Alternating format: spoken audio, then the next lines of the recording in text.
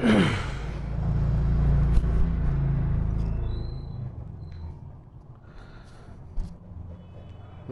To my YouTube channel super academy. I am Mukhtiyar. देखना आज जो हम क्लास करने वाले हैं, आज हमारी क्लास होने वाली है आधुनिक भारत में। हमारा टॉपिक चल रहा था महात्मा गांधी। कौन? महात्मा गांधी। और महात्मा गांधी की आज हमारी दूसरी क्लास होने वाली है। बहुत ही मोस्ट इंपोर्टेंट क्लास होने वाली है। तो जिस स्टूडेंट ने अभी तक पहली क्लास को ना देखा हो, पहली क्लास को देख लें। उसके बाद आज ये महात्मा गांधी की दूसरी क्लास होने वाली है। तो ठीक है, चलते हैं, शुरू करते हैं।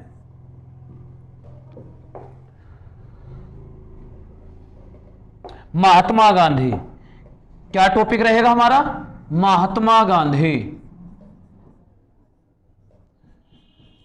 ये महात्मा गांधी जो थे, देश के राष्ट्रपिता भी कहलाए हैं। ऐसी बात तो है नहीं, ये देश के राष्ट्रपिता कहलाए हैं। तो इनके अंदर ऐसी काबिलियत तो थी, ये तो मानने वाली बात है, जो देश के राष्ट्रपिता कहलाए हैं।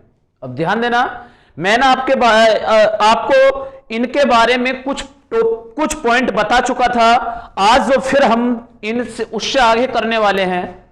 देखिए, मैंने आपको बताया था कि महात्मा गांधी का जन्म हुआ था 2 अक्टूबर 1869 ईस्वी को गुजरात के काठियावाड़ के पोरबंदर नामक स्थान पर। इनके पिता का नाम था करमचंद गांधी, इनकी माता का नाम था पुतलीबाई। इनका जो विवाह हुआ था वो कस्तूरबा गांधी से हुआ था। जो कस्तूरबा गांधी की, जिस टाइम महात्मा गांधी और कस्तूरबा गांधी दोनों की विवाह हुआ था, उस टाइम महात्मा गांधी महज 13 वर्ष की आयु के थे। कितने वर्ष के? 13 वर्ष की आयु के थे। और जिस टाइम कस्तूरबा गांधी उस वक्त 14 वर्ष की थी, यानी महात्मा गांधी से 1 वर्ष आयु में बड़ी थी। अब हम बात करते हैं, मैंने पिछली क्लास में आपको यहां तक भी समझाया था कि महात्मा गांधी का विवाह 1883 ईस्वी में हुआ था। कब हुआ था? 1883 ईस्वी में हुआ था। महात्मा गांधी के पिता 1885 ईस्वी में उनकी मृत्यु हो जाती है। कब हो जाती है? 1885 ईस्वी में महात्मा गांधी के पिता करमचंद गांधी की मृत्यु हो जाती है। महात्मा गांधी का सबसे पहले एक बेटे का जन्म होता है, जिनका जन्म होता है 1885 ईस्वी में। और मेरे भाई, उस 1885 ईस्वी में ही महात्मा गांधी के बड़े बेटे की मृत्यु हो गई थी। यानी 1885 में ही जन्म लिया और 1885 में ही उनकी मृत्यु हो गई। उसके बाद महात्मा गांधी के दूसरे बेटे हुए, जिनका नाम रखा गया हीरालाल। क्या नाम? हीरालाल। हीरालाल का जन्म 1887 ईस्वी को हुआ था। उसके बाद अगले बेटे हुए, जिनका नाम रखा गया मणिलाल। क्या नाम रखा गया? मणिलाल। उसके बाद फिर अगले बेटे हुए, जिसका नाम रखा गया देवदास, रामदास। और फिर चौथे बेटे हुए 1900 ईस्वी में, जिनका नाम रखा गया देवदास। क्या नाम रखा गया? देवदास। तो उसके बाद मैंने यहां तक आपको पिछली क्लास में समझा चुका था। उससे आगे आज हम चलते हैं।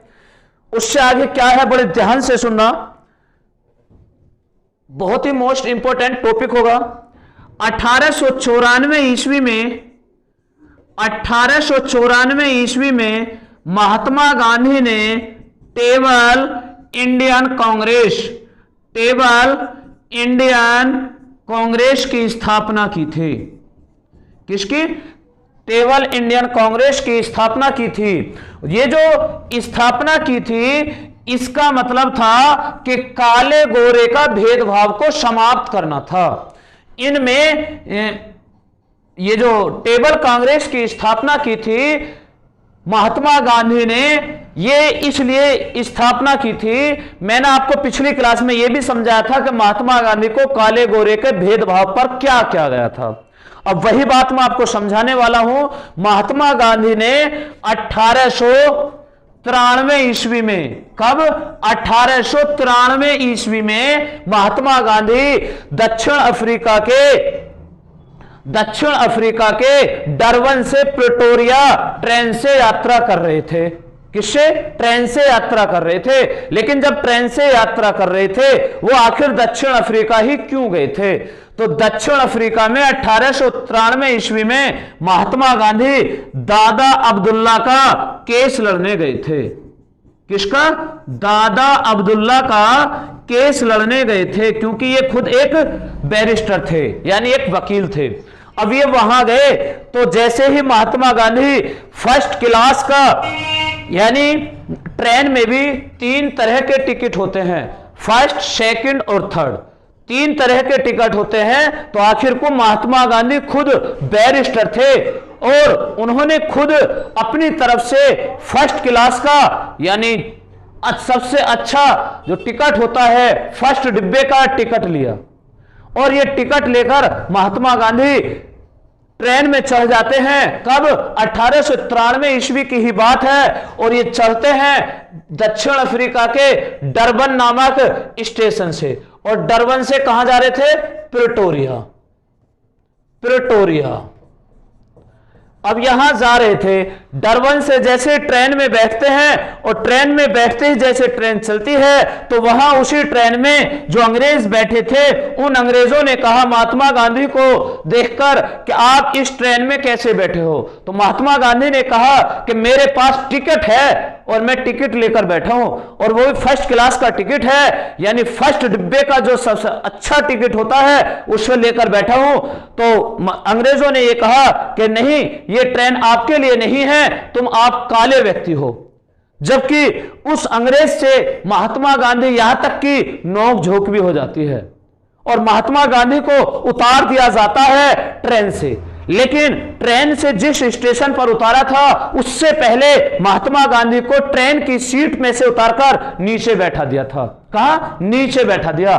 देखना कितना गलत काम किया जा रहा था कि महात्मा गांधी एक सबसे महंगा टिकट लेकर महात्मा गांधी बैठ गए सीट पर, और जब महात्मा गांधी सीट पर बैठे तो वहां अंग्रेजों ने सीट पर से उतारकर नीचे बैठा दिया। अब आप ही बताइए, जिस व्यक्ति ने सबसे महंगा टिकट खरीदा हो और उसे सीट पर उतारकर नीचे बैठा दिया जाए, और जो भी आने जाने वाला है नीचे, तो आप देखते ही हो कि ट्रेन में कितना बुरा सफर होता है। ठीक है? अब जिस बंदे ने टिकट खरीदा हो उसको नीचे बैठाया हो, कैसे उन्हें अफसोस हुआ होगा। लेकिन फिर भी यहां तक कि जैसे अगला स्टेशन आया तो अंग्रेजों ने धक्का मारकर महात्मा गांधी को ट्रेन से नीचे उतार दिया। कैसे? ट्रेन से नीचे उतार दिया महात्मा गांधी को अंग्रेजों ने। जिस स्टेशन पर महात्मा गांधी को उतारा था, आखिर वो स्टेशन कौन सा था? तो देखना, जिस स्टेशन पर महात्मा गांधी को उतारा गया था उस स्टेशन का नाम क्या था? मैरिट्सबर्ग। क्या नाम था? Maritzburg station. लेकिन याद रखना मेरे भाई या बहन, अगर मैरिट्सबर्ग वो स्टेशन था, लेकिन कुछ किताबों में ये पीटर्सबर्ग भी लिखा मिलता है। क्या? Petersburg station. ठीक है, बात क्लियर? अब ये इस स्टेशन पर उतार दिए गए। जब ये स्टेशन पर उतारे गए तो मेरे दिल के टुकड़ों ध्यान से सुनना, जब ये इस स्टेशन पर उतारे गए तो स्टेशन पर उतारने के बाद महात्मा गांधी ने सोचा चलो हम प्रिटोरिया जा रहे थे, अब हम यहीं ठहर लेते हैं। और स्टेशन के पास आसपास में उन्होंने जाकर देखा कि वहां रहने के लिए कमरा देखा, लेकिन जिस मकान पर भी या जिस कमरे पर भी जाते थे वो उनसे आईडी प्रूफ मांगते थे, तो उन्हें पता लगता था कि भारतवासी हैं, लेकिन उन्हें देखकर महात्मा गांधी को कमरा देने से इनकार कर देते थे। अब महात्मा गांधी को यह बड़ी दिक्कत कि देखो अभी तक तो ट्रेन से उतारा गया और अब यहां रहने के लिए कमरा भी नहीं मिल रहा। क्यों नहीं मिल रहा? क्योंकि काले गोरे का भेद था बहुत ज्यादा। लेकिन महात्मा गांधी ने जब ही सोच लिया था कि दक्षिण अफ्रीका से इस काले गोरे का भेदभाव पूरी तरह से उखाड़ फेंकूंगा, यानी समाप्त कर दूंगा। अब महात्मा गांधी जब पूरी तरह से उन्होंने सोच लिया कि दक्षिण अफ्रीका में काले गोरे का जो भेदभाव है इसे पूरी तरह से मैं उखाड़ फेंकूंगा, ऐसे समाप्त कर दूंगा। तो ध्यान से सुनना, 1894 में वो एक जो टेबल कांग्रेस की जो स्थापना करते हैं वो इसी वजह से करते हैं कि टेबल इंडियन कांग्रेस की स्थापना की। देखो, ट्रेन से उतारा गया 93 में और इसकी स्थापना कब की? 94 में, 1894 में।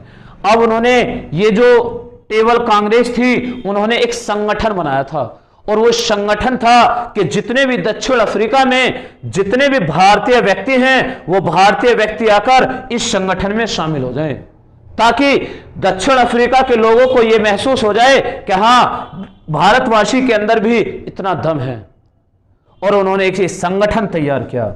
लेकिन जैसे संगठन तैयार किया उसके बाद अगर हम देखते हैं तो 1904 ईस्वी में महात्मा गांधी ने फिनिक्स आश्रम की स्थापना की। किसकी? फिनिक्स आश्रम की स्थापना की। और 1906 में पहली बार दक्षिण अफ्रीका में महात्मा गांधी ने सत्याग्रह, कौन सा? पहली बार सत्याग्रह शुरू किया था। बात क्लियर? 1910 ईस्वी में ही महात्मा गांधी ने टोलस्टॉय, कौन सी? टोलस्टॉय फार्म की स्थापना की, फार्म की स्थापना की। लेकिन एक फर्म होती है छोटी, 1912 ईस्वी में ही टोलस्टॉय फार्म का नाम चेंज कर क्या रख दिया? Trust, Tolstoy trust. कब रखा गया टोलस्टॉय ट्रस्ट? 1912 में। ठीक है। अब देखिए 1904 ईस्वी में महात्मा गांधी ने एक फिनिक्स आश्रम की स्थापना की। 1906 ईस्वी में महात्मा गांधी ने सत्याग्रह की शुरुआत की। 1910 ईस्वी में टोलस्टॉय फार्म की स्थापना की। अब जो सत्याग्रह था, महात्मा गांधी ने सबसे पहले दक्षिण अफ्रीका में सत्याग्रह स्टार्ट किया था। ऐसा नहीं था कि महात्मा गांधी ने सत्याग्रह जो स्टार्ट किए थे वो भारत में किए थे, नहीं। भारत से पहले तो अपनी सत्याग्रह के बावजूद दक्षिण अफ्रीका में वहां से वहां का भेदभाव जो था, रंग भेद का, उसको उखाड़ फेंका था महात्मा गांधी ने। किसने? महात्मा गांधी ने। बात यहां तक समझ में आई? लेकिन महात्मा गांधी, एक बहुत मोस्ट इंपोर्टेंट क्वेश्चन ये बनता है कि महात्मा गांधी जब भारत से दक्षिण अफ्रीका गए थे तो किस जहाज से गए थे? कौन से जहाज से गए? तो महात्मा गांधी दक्षिण अफ्रीका गए थे जीएसएस सफारी। कौन से जहाज से? जीएसएस सफारी नामक जहाज से, दक्षिण अफ्रीका गए थे। बात समझ में आई होगी?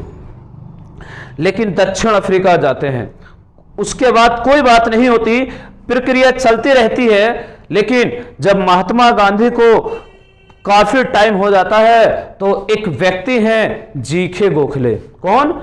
जीके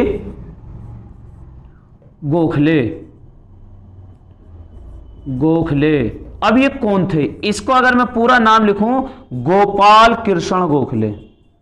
गोपाल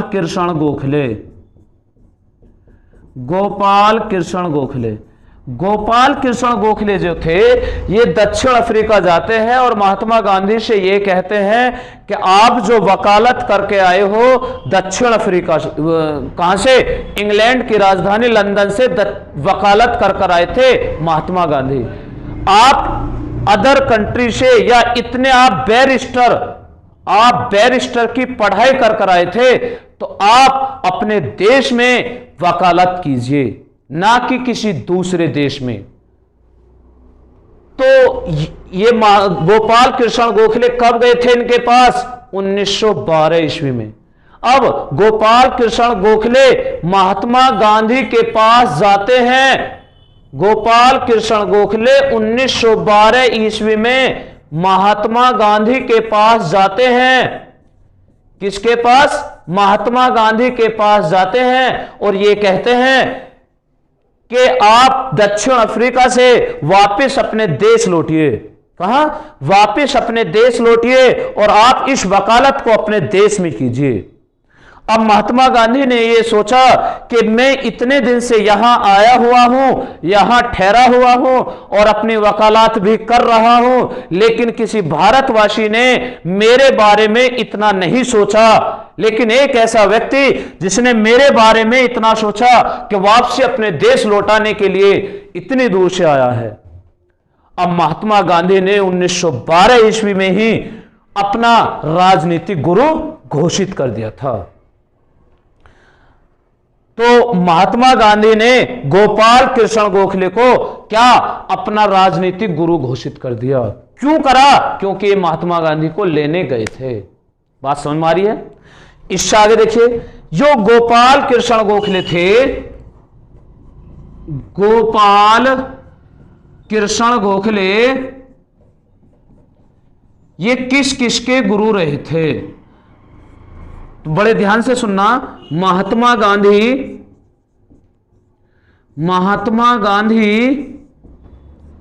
कोमा बाल गंगाधर तिलक,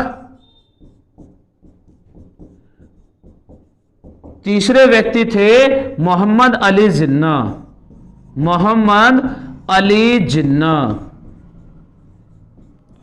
इन तीनों के राजनीतिक गुरु कौन थे? गोपाल कृष्ण गोखले। कौन थे? गोपाल कृष्ण गोखले। आखिर ये इन तीनों के गुरु रहे थे। गोपाल कृष्ण गोखले किस किस के गुरु रहे? नंबर 1 महात्मा गांधी, नंबर 2 बाल गंगाधर तिलक, नंबर 3 मोहम्मद अली जिन्ना। इन तीनों के गोपाल कृष्ण गोखले गुरु रहे थे। आखिर इन तीनों के गुरु तो ये है, तो गोपाल कृष्ण गोखले के भी तो कोई गुरु होंगे। तो गोपाल कृष्ण गोखले के गुरु, ध्यान से सुनना, गोपाल कृष्ण गोखले के भी गुरु कौन थे? तो एमजी रनाडे। कौन? एमजी रनाडे। अब इसकी क्या फुल फॉर्म भैया? इसकी है महादेव गोविंद रनाडे।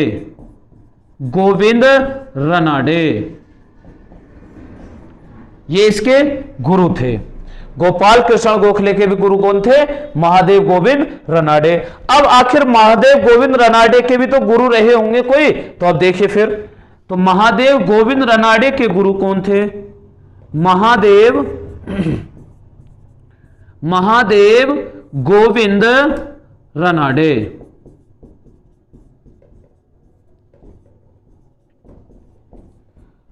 इनके गुरु कौन थे? तो इनके भी जो गुरु थे वो थे राजा राम मोहन राय।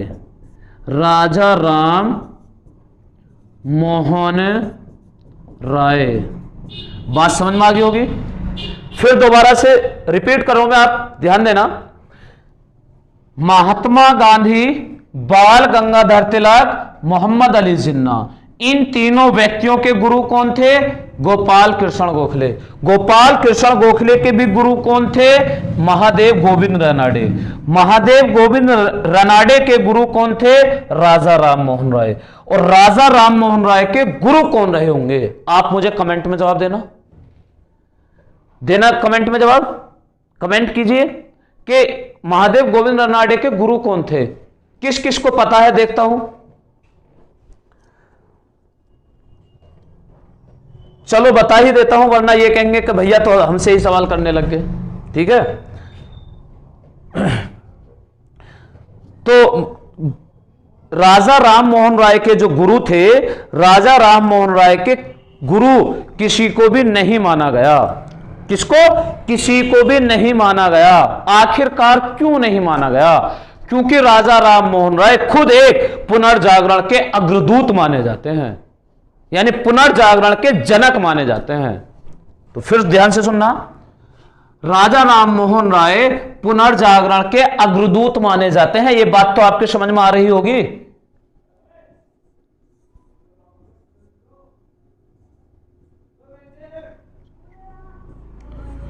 पुनर्जागरण के अग्रदूत माने जाते हैं। पुनर्जागरण के अग्रदूत माने जाते हैं। तो मेरे जिगर के टुकड़ों, ये जो क्या है, पुनर्जागरण के अग्रदूत माने जाते हैं। पुनर्जागरण के अग्रदूत माने जाते हैं कि जो पुनः से जाग जाना, इसका क्या अर्थ है? पुनर्जागरण, पुनर्जागरण का अर्थ है पुनः से जाग जाना। क्या? पुनः से जाग जाना, यानी जो अब तक तुम्हें नहीं पता था, अब तो जाग जाओ, अब तो इस पर विश्वास ले आओ। पुनर्जागरण है पुनः से जाग जाना। तो पुनर्जागरण का अग्रदूत किसे माना जाता है? राजा राम मोहन राय। राजा राम मोहन राय पुनर्जागरण के अग्रदूत माने जाते हैं। अब ये पुनर्जागरण के अग्रदूत यानी ये खुद जनक थे, तो इसलिए राजा राम मोहन राय का कोई गुरु नहीं माना जाता, क्योंकि ये खुद एक गुरु थे। बात समझ में आ रही होगी? चलो इससे आगे चलते हैं। अब हमारा पॉइंट जो चल रहा था वो ये चल रहा था कि महात्मा गांधी ने अपना गुरु किसे घोषित किया था? गोपाल कृष्ण गोखले को। किसको? गोपाल कृष्ण गोखले को। अब गोपाल कृष्ण गोखले को जो शुरू किया था, अब ये गोपाल कृष्ण गोखले को मैं आपको ये बता चुका क्यों क्या था, क्योंकि ये दक्षिण अफ्रीका से लेने गए थे। अब दक्षिण अफ्रीका से वापिस लौटते हैं 9 जनवरी 1915 ईस्वी में। कब? 9 जनवरी 1915 ईस्वी में महात्मा गांधी दक्षिण अफ्रीका लौटते हैं। कहां? दक्षिण अफ्रीका से महात्मा गांधी वापिस भारत लौटते हैं, वापिस लौटते हैं। अब देखिए, बहुत अच्छा क्वेश्चन बनता है। जो 9 जनवरी को ये वापिस लौटे हैं, तो 9 जनवरी को कौन सा दिवस मनाया जाता है? तो 9 जनवरी को भारतीय प्रवासी दिवस मनाया जाता है। अब ये भारतीय प्रवासी दिवस मनाया जाता है हर साल 9 जनवरी को। तो 9 जनवरी को जो भारतीय प्रवासी दिवस मनाना शुरू किया, तो भारत सरकार ने कब से मनाना शुरू किया था? तो भारत सरकार ने घोषणा की थी 9 जनवरी 2003 को। कब? 2003 में घोषणा की गई थी कि पूरे भारत में अब 9 जनवरी को भारतीय प्रवासी दिवस के रूप में मनाया जाएगा। ठीक है? तो आज 9 जनवरी 2023 है, तो मुझे कमेंट में जवाब देना है सभी स्टूडेंटों को मुझे कमेंट करना है और मुझे जवाब देना है कि बताइए 9 जनवरी को प्रवासी दिवस मनाया जाता है और आज 9 जनवरी 2023 है। अगर 2003 में पहला प्रवासी दिवस मनाया गया, तो बताइए 2023 में कौन सा प्रवासी दिवस मनाया जाएगा? ये आज 2023 में आज कौन से नंबर का प्रवासी दिवस है? तो मुझे कमेंट में जवाब देना, ठीक है? और मैं कमेंट हर स्टूडेंट का पढ़ूंगा, देखूंगा किसने क्या जवाब दिया है। ठीक है? कमेंट हर स्टूडेंट का पढ़ना है मुझे, और ये देखूंगा कितने स्टूडेंटों का सही जवाब है। ठीक है? चलते हैं आगे। अब महात्मा गांधी ये वापस आए थे कब? 1915 ईस्वी में। यहां तक आपको मैं समझा चुका। इसके बाद देखिए, फिर आपका महात्मा गांधी ने रोलेट एक्ट, जिसे जो 1919 में हुआ था, उससे पहले सत्याग्रह चंपारण आंदोलन भी स्टार्ट हुआ था। उसके बाद चंपारण आंदोलन के बाद अहमदाबाद आंदोलन भी स्टार्ट हुआ था। ठीक है? तो चंपारण आंदोलन हुआ, अहमदाबाद आंदोलन हुआ, रोलेट एक्ट हुआ। तो इसके बाद मैं नेक्स्ट क्लास में लूंगा, लेकिन एक बात याद रखना, महात्मा गांधी से जुड़ा हुआ क्वेश्चन आता ही है। महात्मा गांधी का कोई पॉइंट छूट ना जाए, समझ लेना बस। महात्मा गांधी जो महात्मा गांधी को अगर मैं एक क्वेश्चन आपको कमेंट में आप मुझे जवाब देना है, आपको मुझे बताना कि महात्मा गांधी ने केसर ए हिंद की उपाधि, कौन सी, केसर ए हिंद की उपाधि वापिस की थी अंग्रेजों की, यानी उन्होंने यह उपाधि दी थी केसर ए हिंद की, तो केसर ए हिंद की उपाधि वापस लौटा दी थी 1919 जो रोलेट एक्ट में वापस लौटा दी। तो मुझे ये और बताइए कि रविंद्रनाथ टैगोर ने नाइटहुड की उपाधि कब वापस लौटाई थी। ठीक है, और इसके बाद हम फिर उससे आगे चलेंगे।